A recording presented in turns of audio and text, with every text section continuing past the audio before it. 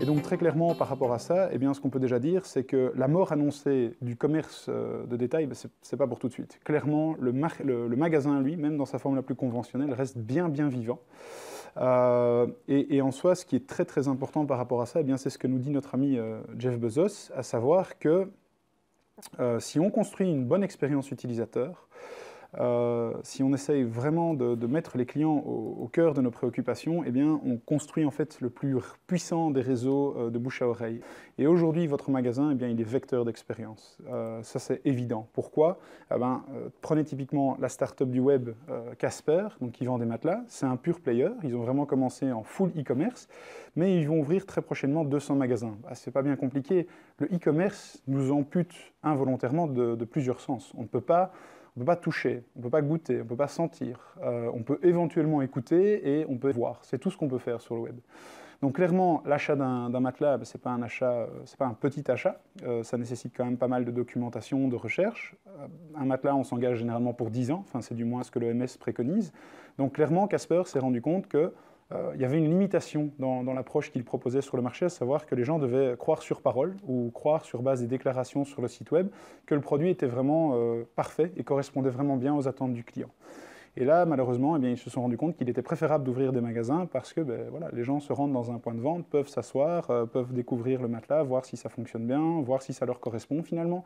Et donc voilà, ils planifient maintenant d'ouvrir 200 magasins. Un autre exemple pour bien prouver que le magasin n'est pas mort, eh bien, c'est typiquement la société française Spartoo qui nous dit, c'est pas bien compliqué, nos magasins sont très profitables. Et d'ailleurs, ils enregistrent une croissance nettement plus haute dans les villes où un magasin physique est présent. L'asseyage les chaussures, même si on va très loin dans le digital, même si on a envie d'avancer dans un e-commerce de plus en plus performant, reste que personnellement, moi j'ai envie de pouvoir les essayer. Et c'est exactement ce que démontre Spartoo, c'est que les gens ont quand même envie à un moment donné d'expérimenter le produit un cran plus loin que juste une belle photo, juste une vidéo, juste un contenu d'un éventuel influenceur. C'est sympathique, mais ce n'est pas suffisant. Ça nous limite dans notre expérience produit, dans notre expérience consommateur, ça pose problème. D'ailleurs, quand on demande aux Français, et je vous rassure, pour le Belge, c'est un peu pareil, ce qu'il attend d'un point de vente, eh bien, ce qu'on peut très rapidement remarquer, c'est qu'en soi, dans 71% des cas, déjà, pour eux, il est essentiel que le point de vente soit vecteur d'expérience, soit bien agencé, reflète l'image de la marque, qu'il y ait une continuité dans l'expérience délivrée sur le web et dans le point de vente. On remarque aussi que 83% des gens s'attendent quand même à trouver dans les points de vente des produits uniques qui ne sont disponibles que dans le point de vente. Après, ce que j'apprécie beaucoup, moi, de ce graphique, de cette étude qui a été menée par Kantar TNS en partenariat avec l'Observatoire CTLM, c'est que 58% des gens ont envie d'avoir des offres dédiées dans les points de vente, quelque chose qui n'est que dans le point de vente et qui va se manifester au moment où vous êtes dans le point de vente, pas quelque chose qui se construit longtemps avant ou après, non, vraiment, dans le moment présent, j'envoie une campagne bien ciblée avec le bon message. Donc vraiment essayer de capter, en fait, de capitaliser sur l'expérience que vous êtes en train de construire autour de votre client.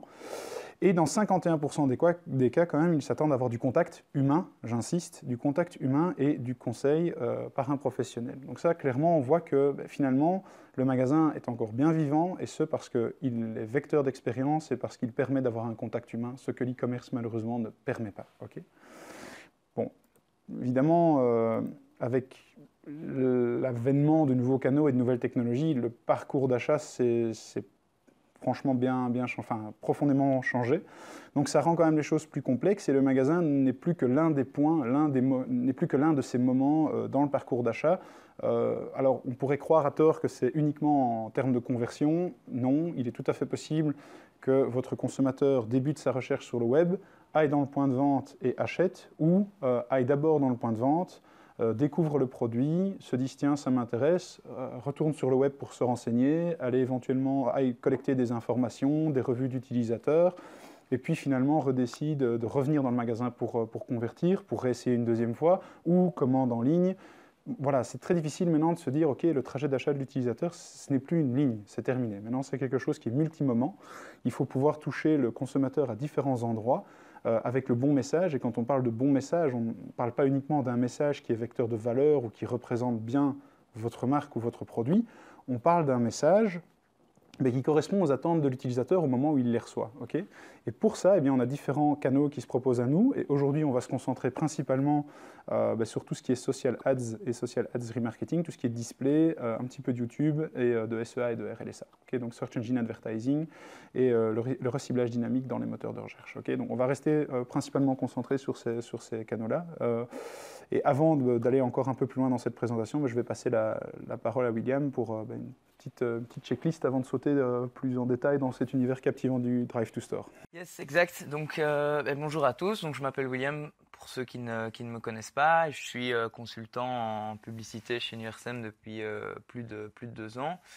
Donc, comme vous pouvez le voir à la caméra, moi, je suis pas bien vieux. Je suis ce qu'on appelle un millénial. Et donc, ça veut dire qu'en fait, j'ai grandi avec la plupart des technologies qui nous entourent aujourd'hui, même si ça évolue vite. Je suis fan de digital, honnêtement, avant d'être un métier, c'est une passion, c'est vraiment quelque chose qui m'attire et c'est pour ça que je travaille dans ce secteur-là d'ailleurs. Et pourtant, je suis vraiment adepte du magasin. J'ai pas de compte Amazon, je commande vraiment en ligne quand c'est nécessaire et que j'ai pas d'autres alternatives. Pourquoi? Pour plusieurs raisons, parce que quand j'ai envie d'avoir un produit, en général, j'ai envie de l'avoir tout de suite. Je veux avoir le choix de me rendre au magasin et de pas devoir le commander, même si aujourd'hui avec les livraisons, on a beaucoup amélioré ça.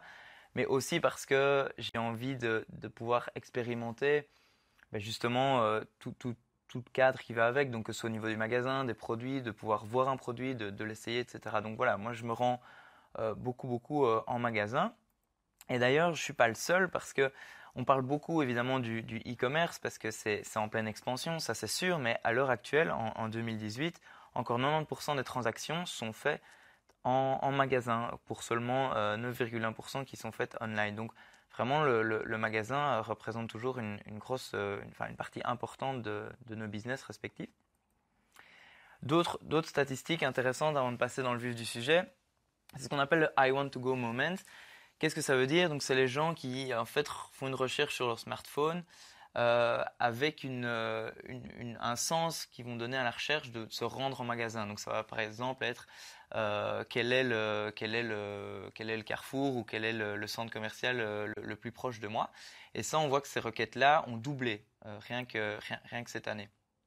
Alors, évidemment, autre statistique intéressante, c'est quand on fait une recherche de ce type, c'est qu'on manifeste une forte intention de se rendre en magasin. Et c'est le cas, vu qu'on voit que 76% des gens qui ont effectué ce type de recherche vont se rendre en magasin dans la journée. C'est assez logique.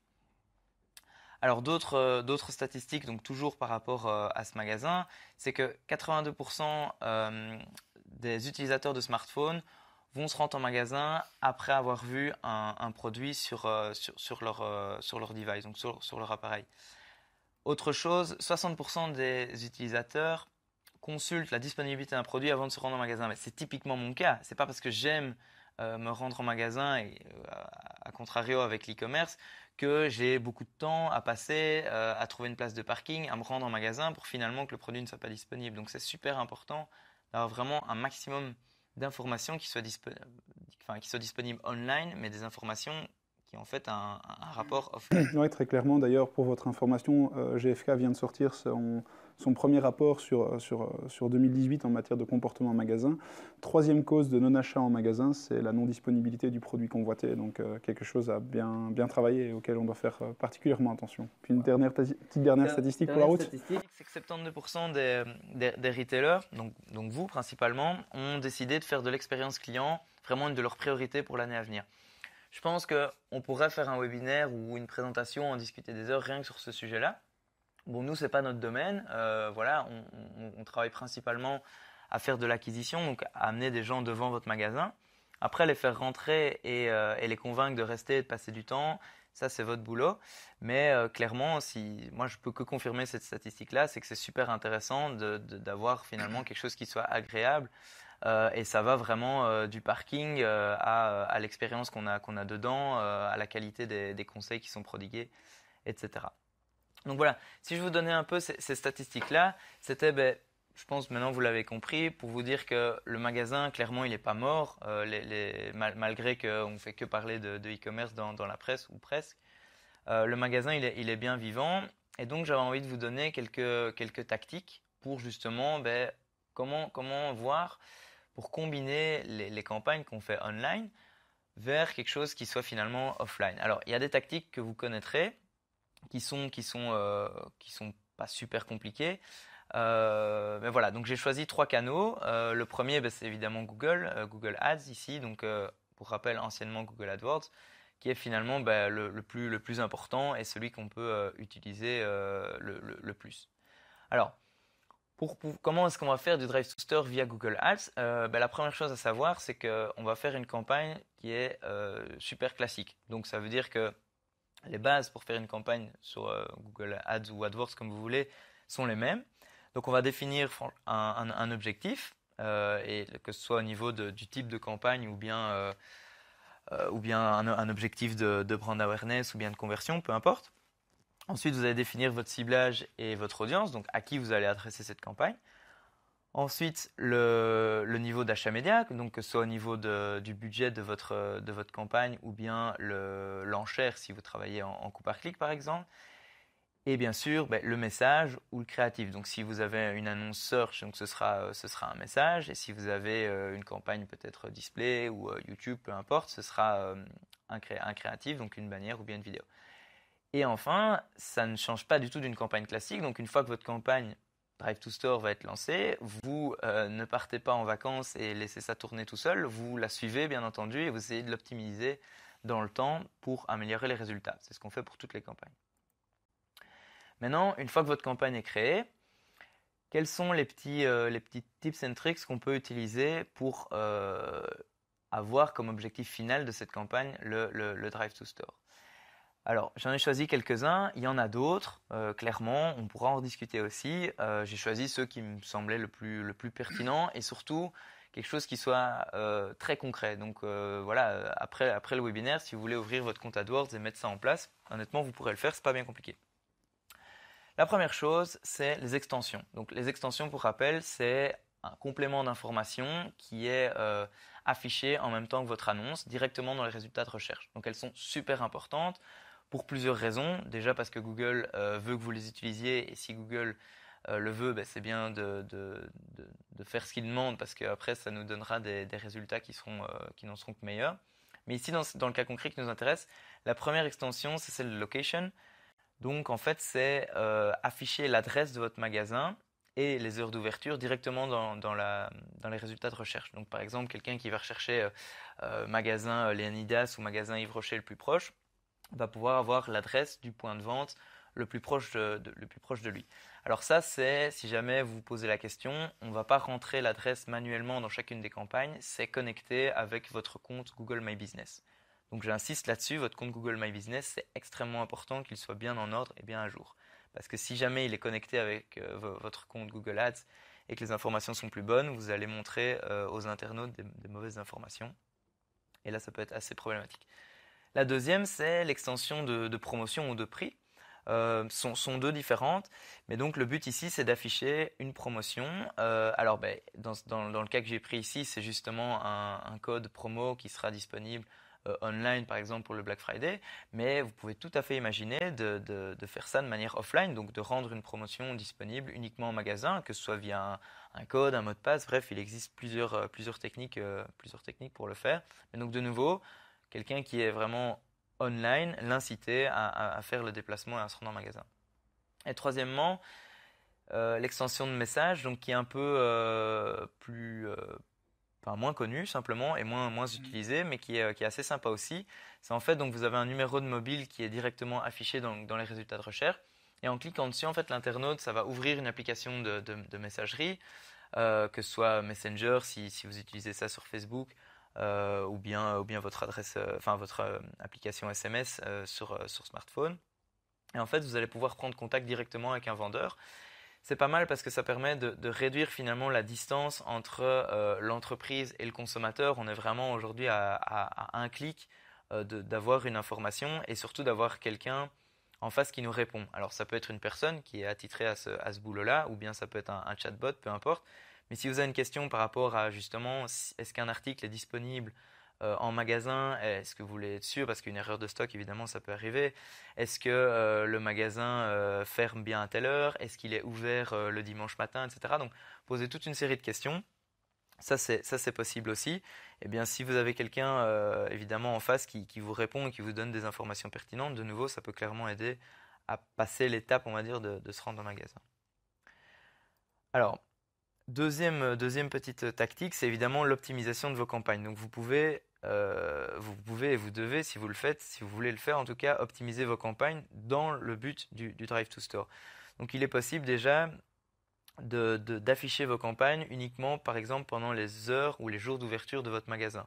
Donc, si vous savez bien que vous n'avez pas d'e-commerce et que votre magasin il est fermé le dimanche et le lundi, c'est pas fondamentalement utile d'être affiché au niveau des campagnes le dimanche et le lundi. Alors, ça ne veut pas dire pour autant que pendant ces 2 jours-là, vous devez complètement disparaître de la toile, mais vous pouvez au moins réduire votre enchère parce que de toute façon, même si la personne est prête à effectuer sa conversion ou à se rendre en magasin, elle ne pourra pas le faire vu que le magasin est fermé.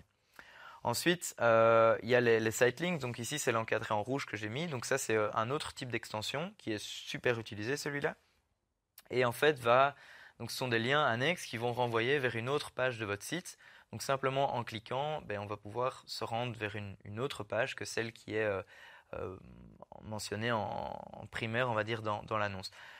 Alors bien sûr, ça c'est du texte et des pages, donc vous pouvez aussi optimiser ça dans l'objectif du Drive to Store. Par exemple, ici c'était un restaurant mais qui affichait une promotion pour le lunch, ou bien simplement le lunch, ou bien le menu, voilà, ou l'adresse s'il y a plusieurs points de vente par exemple. Donc voilà, bien sûr, tout ça peut être optimisé dans ce sens-là. Et alors évidemment, c'est super important, n'oubliez pas de travailler le message de vos annonces et le call to action dans le sens du Drive to Store. Si vous parlez de votre site web dans vos annonces et que le call to action c'est, je ne sais pas moi, cliquez ici ou visitez notre site web, forcément vous envoyez complètement le message inverse du souhait principal qui est la visite en magasin. Donc ça, c'est vraiment super basique, mais réfléchissez et construisez vos campagnes de manière classique, mais en ayant en tête que l'objectif c'est du Drive to Store. Alors, troisième tactique qui est assez sympa, ici donc sur la capture d'écran, c'est une vue aérienne de Londres sur Google Maps et c'est un exemple que Nike avait fait. Et donc en fait, qu'est-ce qui se passe? C'est qu'on peut jouer avec l'enchère. Donc comme je vous l'ai dit, on peut diminuer l'enchère par exemple pour certains jours de la semaine ou pour certaines heures. On peut aussi le faire avec la distance. Donc ici, ce qui se passait, c'est que le rayon le plus petit centré, c'est en fait le centre touristique de Londres où Nike avait 2 magasins et où la concurrence est évidemment la plus forte. Donc ce qu'ils avaient fait, c'est dans un rayon, enfin dans une zone géographique bien précise, ils avaient augmenté leur enchère de plus de 70% pour être sûr d'apparaître quand les gens allaient faire la recherche dans cette zone-là. Le rayon de droite, même principe. Mais là, on se trouve un peu plus loin, on commence à être, on va dire, un peu, pas en banlieue de Londres, mais presque. Et là, donc, on a élargi la zone géographique et on se dit, OK, les gens sont prêts à faire une distance un petit peu plus importante pour se rendre en magasin, c'est logique. Et donc là, on va choisir d'augmenter uniquement de 20%. Et le rayon de gauche, c'est évidemment l'étape intermédiaire. Donc, on n'est pas encore en banlieue, on n'est plus dans le centre touristique, on va dire. Et là, donc, ils avaient fait le même exemple avec seulement plus 30%. Donc ça peut être intéressant aussi si vous savez que vous avez des magasins ou bien des concurrents qui sont vraiment situés sur une zone assez limitée. N'hésitez pas à augmenter ou bien à diminuer votre enchère pour être sûr de ne pas payer trop si jamais le clic ne va pas être intéressant. Ou au contraire, d'être prêt à payer plus si vous savez que derrière, il y a un prospect qui est qualifié. Alors, dernière tactique qui concerne Google, c'est ce qu'ils appellent le Local Search Ads. Donc en fait, c'est une campagne de recherche, mais qui sera ici dans Google Maps. Donc en fait, vous avez la possibilité de faire remonter l'adresse de votre point de vente dans les résultats de Google Maps. Donc c'est maximum 2 annonces par résultat. C'est logique, sinon on n'aurait plus que des annonces sponsorisées. Et vous avez aussi la possibilité d'y lier votre extension de promotion, donc qu'on a vu dans un slide un petit peu plus tôt. Et alors, il y a des KPI qui sont propre à ce type d'annonce, par exemple le nombre de personnes qui ont cliqué sur le bouton call, donc pour appeler le shop, ou bien direction. Donc ça, évidemment, c'est des call to action qui manifestent quand même une très forte intention de se rendre en magasin. En général, vous n'enclenchez pas votre GPS avec l'adresse du shop si ce n'est pas pour vous y rendre. Voilà. Alors, ça, c'était donc quelques tactiques. Maintenant, vous allez me dire, OK, on peut amener du trafic en magasin, etc. Est-ce qu'on peut le mesurer? Eh bien oui. Depuis cet été, en fait, Google a rendu disponible un outil que je vais vous expliquer. Donc, maintenant, si vous vous dites, ça, c'est quelques techniques pour améliorer vos campagnes existantes, vos campagnes classiques, que ce soit du search ou du display, pour du Drive to Store. Mais Google, évidemment, s'est rendu compte qu'il y avait vraiment un besoin d'aller plus loin à ce niveau-là. Et donc, ils ont développé des produits qui sont vraiment spécifiques pour attirer du trafic à pied, donc dans votre magasin. Et donc, en fait, ça s'appelle les Local Campaigns. Donc, c'est pour l'instant toujours en bêta. Donc, ce n'est pas disponible pour tout le monde. Et en fait, ils demandent un budget de 30 000 € par mois pour avoir ce type de campagne disponible. Mais bon, ça viendra de toute façon en temps et en heure à tout le monde. Donc, l'objectif, en fait, c'est de promouvoir vraiment uniquement l'adresse de votre magasin. Et donc, c'est un mix, en fait, entre une campagne de search et une campagne de notoriété, donc qui pourrait être associée à du display ou de la vidéo. Donc voilà, c'est vraiment promouvoir uniquement l'adresse de votre magasin. Et comment est-ce qu'ils font ça? C'est ici. Voilà. En fait, donc ils rendent disponible, donc on parle toujours d'une extension de Google My Business. Hein. C'est votre adresse et les données de votre magasin, les heures d'ouverture, les jours fériés, etc. Tout vient toujours de Google My Business. Et en fait, ils arrivent à si vous voulez, montrer en fait l'adresse et toutes ces informations sur quasiment tous leurs outils. Donc ça peut être en search, si vous faites la recherche, ça peut être sur Google Maps comme je vous l'ai montré auparavant, mais ça peut être aussi via du display. Comme ici, on voit une bannière, d'ailleurs c'est pour eux, donc à Mountain View, et ça peut aussi être sur YouTube. Alors évidemment, ils ont développé des call to action qui sont en lien avec ce type de campagne, donc c'était obtenir l'itinéraire ou bien se rendre en magasin. Donc voilà, ils travaillent vraiment à développer des produits et des outils pour nous annonceurs qui seront vraiment propres au Drive to Store et plus vraiment des techniques assez efficaces. Hein. On l'a testé, vous le verrez après, et rapide, mais voilà, ils veulent vraiment aller plus loin aussi là-dessus. Donc comment ça marche? En gros, vous sélectionnez le magasin que vous souhaitez promouvoir, donc l'adresse. Vous leur dites un peu le budget de la campagne. Comme je vous l'ai dit, c'est minimum 30 000. Et vous leur donnez un peu des aides créatives, donc des assets, ils appellent ça. Donc vous allez pouvoir en fait leur donner des images, ça peut être de vos produits, ça peut être de votre point de vente. Évidemment, tout ce qui est, on va dire, pratique vient de Google My Business, comme je l'ai répété plusieurs fois. Et vous allez pouvoir leur donner le ROAS. Donc ROAS, c'est Return on Ad Spend, que vous souhaitez obtenir. Donc ça veut dire pour 100 € de publicité dépensée, je souhaiterais obtenir 200 € en retour, 300 €, etc. Et enfin, la particularité de ça, c'est qu'on va laisser en fait travailler l'algorithme pour nous. Donc on va laisser le machine learning vraiment apprendre au fur et à mesure du temps à qui montrer ses annonces, quand les montrer, sur quel canal les montrer, etc. Et c'est lui qui va définir la meilleure combinaison, toujours dans votre objectif de Drive to Store. Et donc, je vous en parlais juste avant, est-ce qu'on peut mesurer ça? Eh bien oui, c'est un nouveau produit qu'ils ont déployé cet été qui s'appelle le Store Visit. Alors, il y a d'autres choses. Il y a le Store Sales Direct. Donc ça, en fait, c'est connecter les clics sur vos campagnes et les ventes qui sont faites en magasin. Et ensuite, il y a l'intégration complète de tout ça dans Google Analytics. Aujourd'hui, je vais vous parler principalement des Store Visits parce que je pense que c'est l'effet le plus waouh auquel on peut s'attendre. Et j'ai quand même rajouté, parce que c'est très très récent, un slide sur Google Analytics, donc l'intégration Omnichannel. Vous allez voir, c'est intéressant. Donc, si vous vous rappelez, Hugues, au début de présentation, vous a réexpliqué donc le Customer Journey, les différentes phases d'un processus d'achat pour un client. Alors, les canaux que vous pouvez utiliser pour ces différentes phases, vous les connaissez. On le fait déjà depuis pas mal de temps. Vous pouvez faire de l'awareness avec par exemple YouTube, vous pouvez faire de la considération via Facebook, vous pouvez faire du do et de la conversion via Google Search. Mais qu'est-ce qui se passe pour le do en magasin? Eh bien, en fait, une fois qu'on aura cette donnée-là, ce qui se passe, c'est qu'on a dans cette équation plus aucune inconnue en fait. Et c'est vraiment un peu le Graal, que ce soit pour nous, pour vous ou pour Google, parce qu'on arrive à avoir des infos qu'on ne connaissait pas avant et qui vont nous permettre de faire pas mal de choses. Si tu peux, voilà, montrer.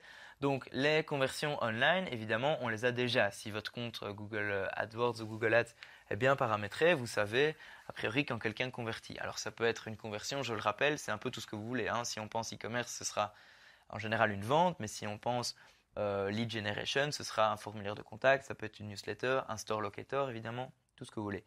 Les conversions cross-device, on les connaît aussi, donc depuis début d'année, c'est possible de retrouver dans Analytics donc quelqu'un qui va par exemple commencer son processus d'achat sur desktop, le finir sur mobile ou l'inverse, donc ça on les connaît aussi. Et maintenant on va être capable de connaître les conversions qui sont en magasin. Et donc ça au total, ça va nous donner justement l'ensemble des conversions qui sont calculées. Et donc en fait, on n'a plus aucune inconnue dans l'équation. Qu'est-ce que ça donne de manière chiffrée? Tu peux y aller.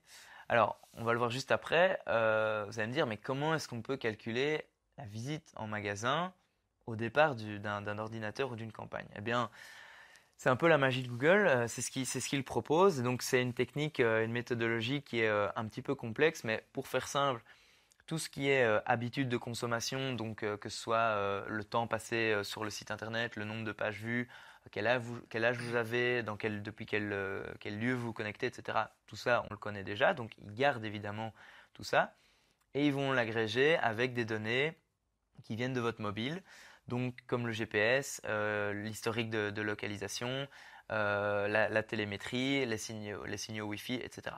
Et tout ça va être évidemment agrégé et surtout anonymisé dans leur algorithme pour ensuite nous donner l'info.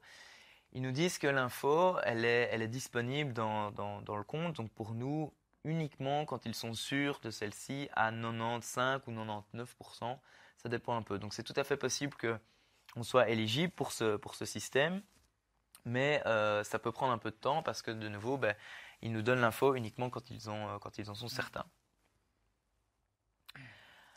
Alors, une fois que c'est fait, en fait, vous allez voir un nombre assez important de visites donc, dans vos comptes. Donc, vous aurez vos campagnes hein, de manière tout à fait classique, vous aurez vos conversions qui sont faites online et vous aurez les fameuses store visits qui sont faits via vos campagnes. Ok, mais à quoi ça sert? Eh bien, là où ça devient réellement super intéressant, c'est qu'en fait, vous allez être capable de calculer un ROI, donc un Return on Investment, également offline. Et donc, si vous prenez le nombre de store visits que vous avez obtenu grâce aux campagnes fois le taux de conversion moyen en magasin, donc par exemple sur 100 personnes qui rentrent dans votre boutique, combien en ressortent avec un achat, et combien elles dépensent en moyenne, donc le panier moyen. Et en fait, en multipliant le store visit avec le shop conversion rate et le panier moyen, on va être capable de calculer un ROI. Et en fait, en compilant ce ROI-là avec le ROI de vos campagnes et donc online, vous allez avoir un retour, enfin vous allez pouvoir être capable de calculer un retour sur investissement qui est omnichannel. Et donc c'est ce que je vous montrais juste avant. En tant qu'annonceur, il n'y a plus d'inconnus. On arrive à déterminer qui fait quoi et qui peut rapporter quoi et quand et surtout via quel canal.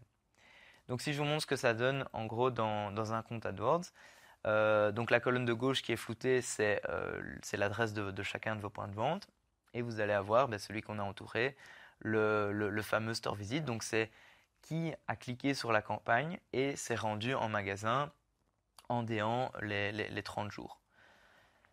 Voilà.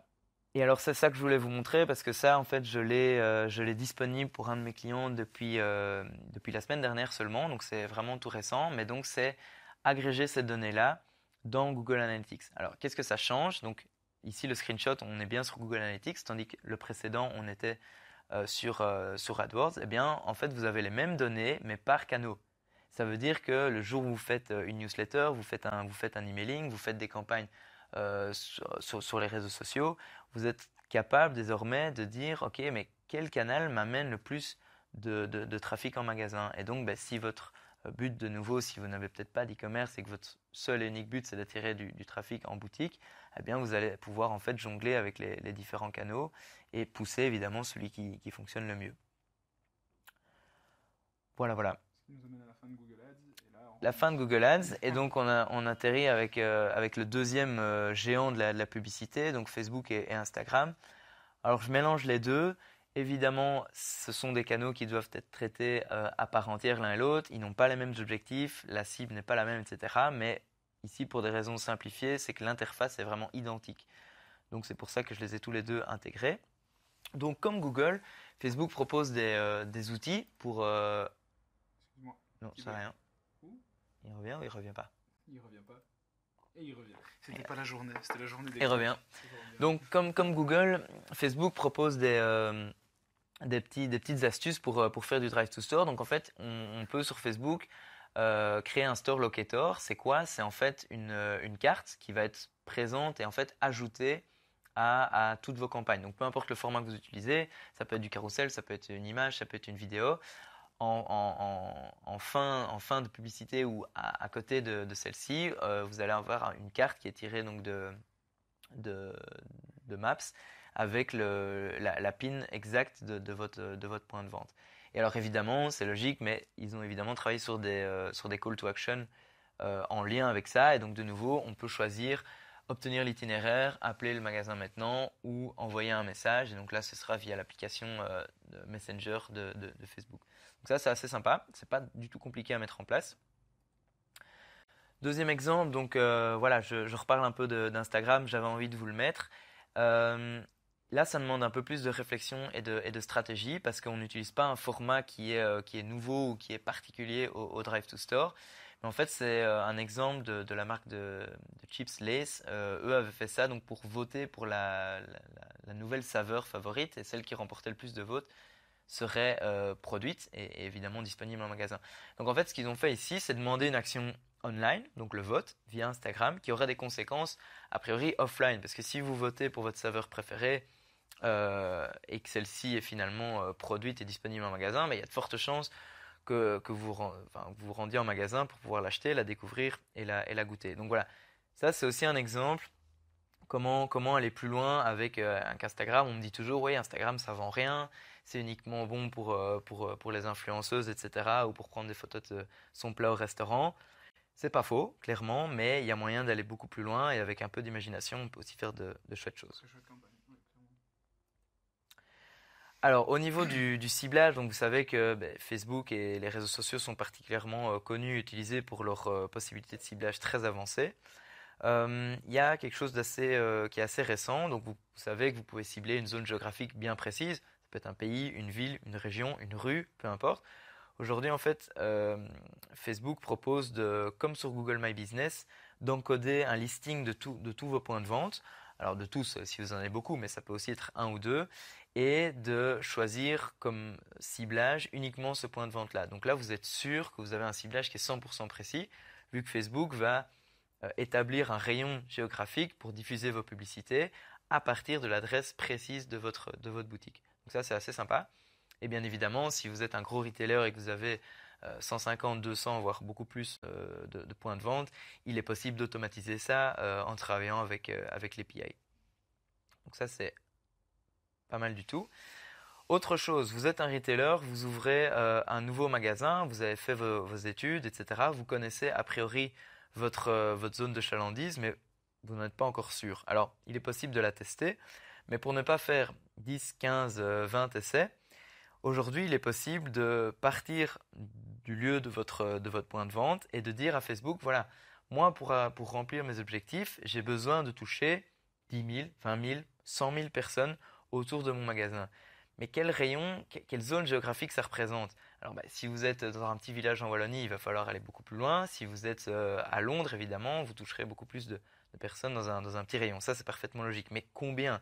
Eh bien, vous pouvez aujourd'hui dire à Facebook, en termes de ciblage, démarre de mon magasin et essaye de toucher 10 000 personnes. Et c'est lui qui va en fait, c'est l'algorithme qui va optimiser le reach et la diffusion de vos publicités pour toucher le nombre de personnes souhaitées. Donc ça, c'est pas mal. Alors, au niveau donc de nouveau, quelques tactiques pour faire du Drive to Store sur Facebook et sur Instagram. Comment est-ce qu'on peut le mesurer? Eh bien, évidemment, oui. Comme Google, Facebook s'est penché sur la question et ils utilisent aussi ce qu'ils appellent le Store Visit. Ils n'ont pas été très originaux là-dessus. C'est également en bêta, donc pas disponible pour tout le monde. Et alors, il faut avoir assez de volume pour pouvoir être éligible. Parce que vous vous doutez bien que ces données-là, comme je l'ai déjà dit, sont complètement anonymisées et on cible ici, enfin, on récolte les données d'un groupe de personnes, d'une audience. On s'en fiche complètement de savoir que M. Dupont s'est rendu dans ce magasin-là. Non, ce qui nous intéresse, c'est de savoir que dans ce magasin-là, les clients qui proviennent des campagnes AdWords, par exemple, ou bien de Facebook, sont des hommes passionnés de voitures entre 25 et 35 ans, par exemple. Mais donc, il faut avoir assez de volume pour rendre la donnée disponible. C'est quoi assez de volume? Ils ne nous disent pas. C'est des petits malins. Ils restent assez flous sur la question. Le seul indice qu'on a, c'est que c'est plus ou moins 25 magasins. Alors évidemment, comme vous pouvez vous en douter, ça dépend de la taille de vos magasins. Si vous avez 2 Ikea, je pense que le volume sera suffisant. Si maintenant c'est 25 petites épiceries de quartier, eh bien ça prendra un petit peu plus de temps. Mais donc, comme pour Google, c'est vraiment le même principe. On sera à même de combiner la data qu'on récolte online avec celle qu'on va récolter offline et donc de croiser ces données-là. Et on pourra en fait optimiser du coup nos campagnes et nos annonces en fonction de la performance. Mais aujourd'hui, évidemment, on optimise nos campagnes, mais c'est uniquement en fonction de la performance qu'on obtient online. Ici, donc de nouveau, on pourra avoir les deux. Alors la méthodologie de Facebook, elle est assez similaire à celle de Google. Il y a 8 façons différentes de savoir si la personne s'est rendue en magasin ou non. Je ne vais pas toutes vous les détailler. Je voulais simplement vous montrer le screenshot de la méthodologie parce que peut-être que certains de vous se disent, ok, mais si j'ai désactivé la localisation de mon téléphone, d'office, je sors complètement de ce tracking. Et donc finalement, si tout le monde le fait, les store visits, on arrête, c'est foutu. Eh bien en fait, pas du tout, vu qu'ils utilisent différentes techniques pour le savoir. Par exemple, le Wi-Fi. Et donc, si vous connectez au Wi-Fi du restaurant où vous trouvez, ou bien du magasin, ou bien si vous localisez, donc typiquement, ça se fait beaucoup avec les Instagram Stories, si vous localisez dans un endroit précis, eh bien, voilà, ils savent directement que vous vous êtes rendu à cet endroit-là.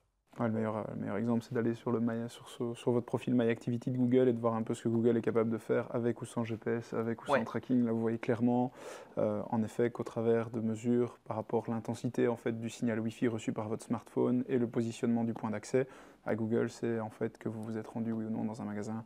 Et, il y a un truc, avant ça, j'ai oublié de vous le dire, mais j'ai eu la question dans d'autres conférences. Qu'est-ce qui se passe quand on est dans un centre commercial? Si vous êtes à City 2 et qu'il y a plusieurs étages, comment est-ce que Google ou Facebook, peu importe, va être capable de définir si vous êtes, vous êtes dans le coin supérieur droit, par exemple, du centre commercial, mais comment est-ce qu'il sait si vous êtes à l'étage 2 ou à l'étage 1 ou bien même au parking, au sous-sol?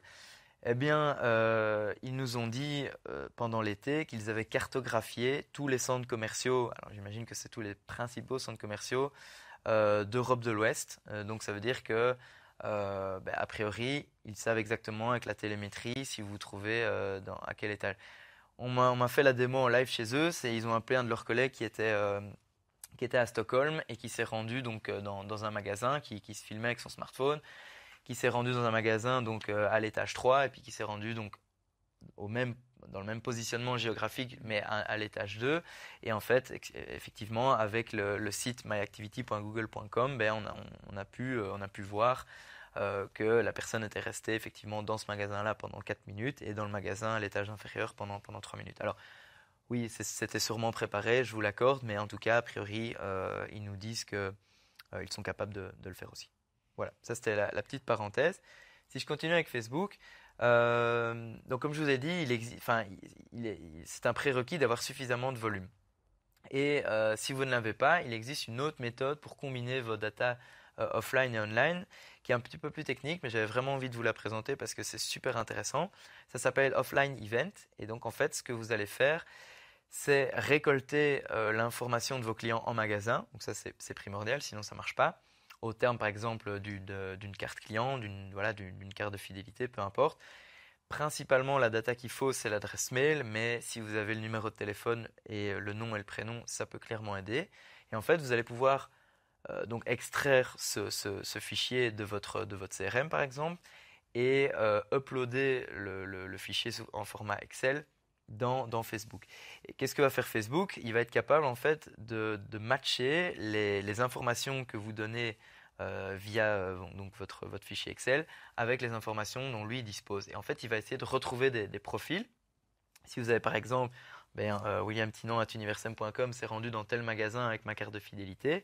Derrière, si j'ai un compte Facebook avec williamtinon@universem.com, eh bien, il va être capable de comprendre que c'est la même personne et du coup de savoir que je me suis rendu en magasin.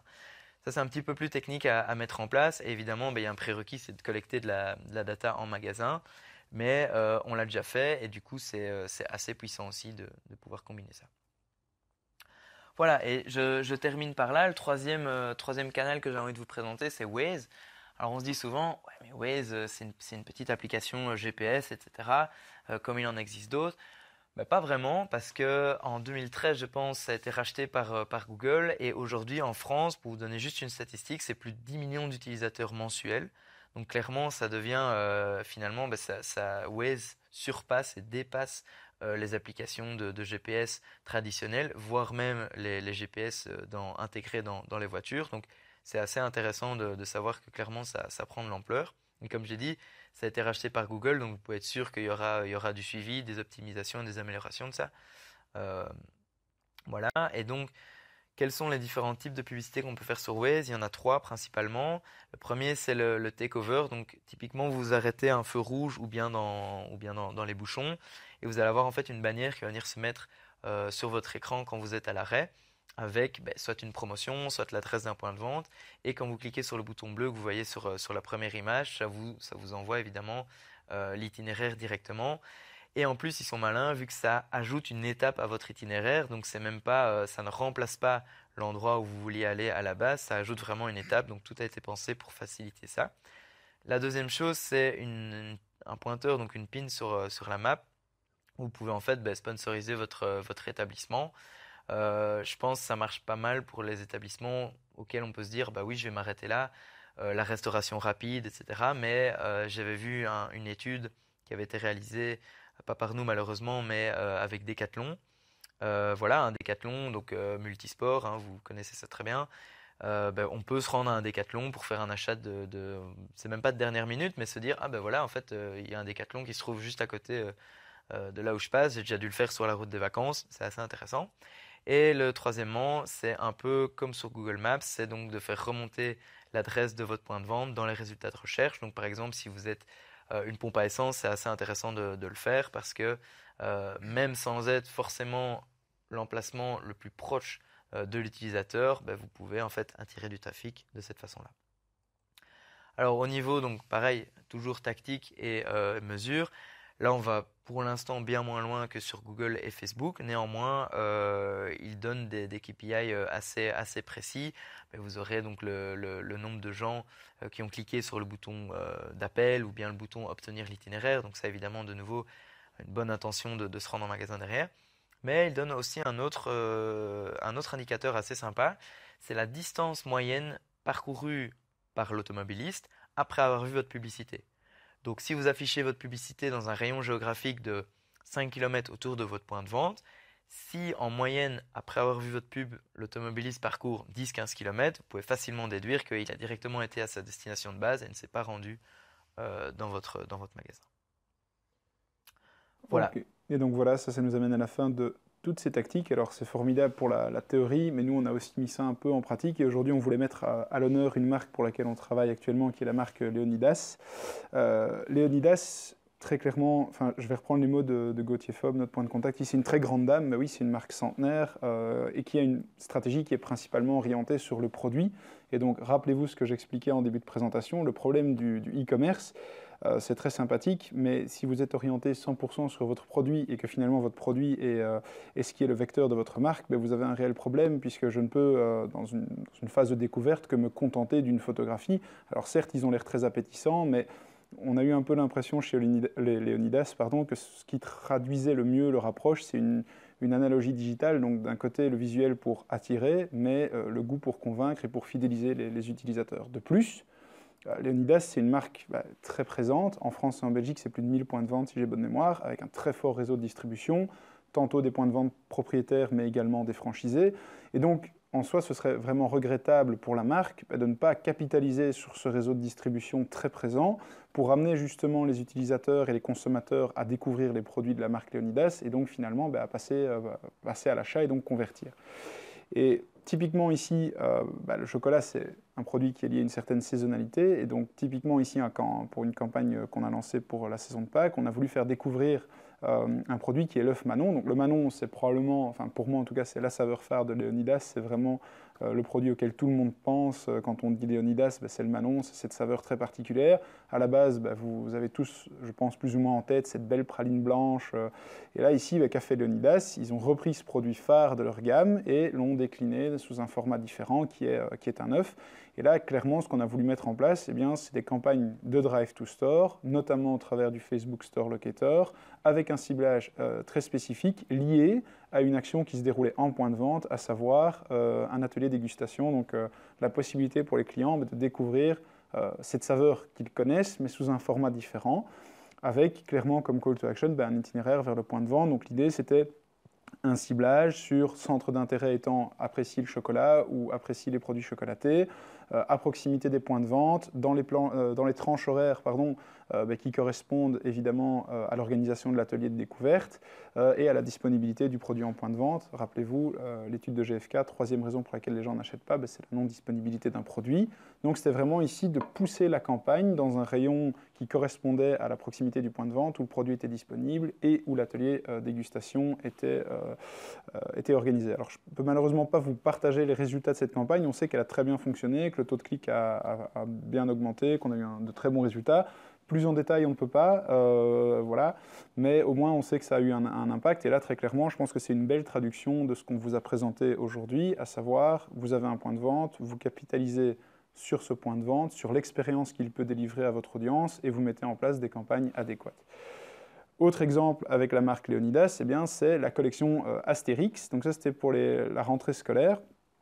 Et donc là, très clairement, qu'est-ce qui se passe? Vous faites des recherches et vous vous rappelez de ces petites extensions qu'a expliqué et a proposé William en début de session. Eh bien, vous allez rajouter ces différentes extensions en dessous des différentes campagnes avec, encore une fois, cet objectif de driver l'audience vers le point de vente avec éventuellement même des actions spécifiques. Donc, vous avez une landing page et vous pouvez mettre en avant soit, encore une fois, un produit spécifique, un format de produit spécifique ou éventuellement une incentivation au point de vente, à savoir, typiquement, ici, vous aviez la possibilité, si j'ai bonne mémoire, de recevoir un petit plumier ou des produits marketing dérivés liés à la rentrée, brander Leonidas sous la thématique Astérix. Et donc, c'est en soi amener les gens en point de vente pour qu'eux puissent découvrir le produit et puis directement aussi profiter d'un univers que vous créez autour du produit. Et là, typiquement, c'est l'univers d'Astérix. Ce qui m'amène tout doucement à la conclusion de cette présentation avec ces deux petits exemples très clairs et très simples. C'est qu'en soi, si on prend le cas de Leonidas, c'était quoi? C'était de la géolocalisation. Si on prend les exemples Facebook, c'est vraiment des rayons à proximité des points de vente qui organisaient les fameux ateliers découvertes de l'œuf Manon. L'intérêt, le fait qu'ils soient intéressés par des produits chocolatés. Le moment, donc typiquement quand les gens sont beaucoup en rue ou quand un atelier est organisé pour être certain que la campagne soit servie au bon moment. Et grâce à ça, vous avez un super ciblage. Et dans ce cas-là, notre taux de clic, comme je le disais, a fortement augmenté puisqu'il a tout simplement doublé. Et donc pour clôturer ce slide, de l'offline à l'online ou de l'online à l'offline, finalement, c'est purement du digital en fait. Aujourd'hui, ce qui est important, c'est d'amener le bon message, la bonne proposition de valeur à votre audience, peu importe l'endroit ou le moment où ça a lieu. C'est-à-dire que, comme l'expliquait William, toi, tu n'es pas du tout Amazon. Tu nous as fait beaucoup rire avec ça parce qu'on ne s'attendait pas à ça. Voilà, tu n'es pas Amazon, tu aimes bien découvrir les produits. Moi, personnellement, j'aime beaucoup Amazon, mais quand je réfléchis à la proposition de valeur, moi, je suis plutôt pour la convenience. Pourquoi est-ce que je vais sur Amazon? Je vais être honnête avec vous, c'est parce que je sais que ça me sera livré vite, que c'est d'office disponible. Donc voilà, clairement, aujourd'hui, il y a une combinaison de ces deux éléments. Tout le monde tout doit en fait s'emboîter. Il doit y avoir une continuité d'expérience pour l'utilisateur. Et donc, c'est cette expérience omnicanale qui va jouer un impact et qui va favoriser finalement la bonne expérience et donc la conversion et le fait que les gens achètent dans vos points de vente. Voilà, on est arrivé au bout de cette présentation sur le Drive to Store, dernier webinaire de l'année pour Universum, donc on se retrouvera certainement l'an prochain.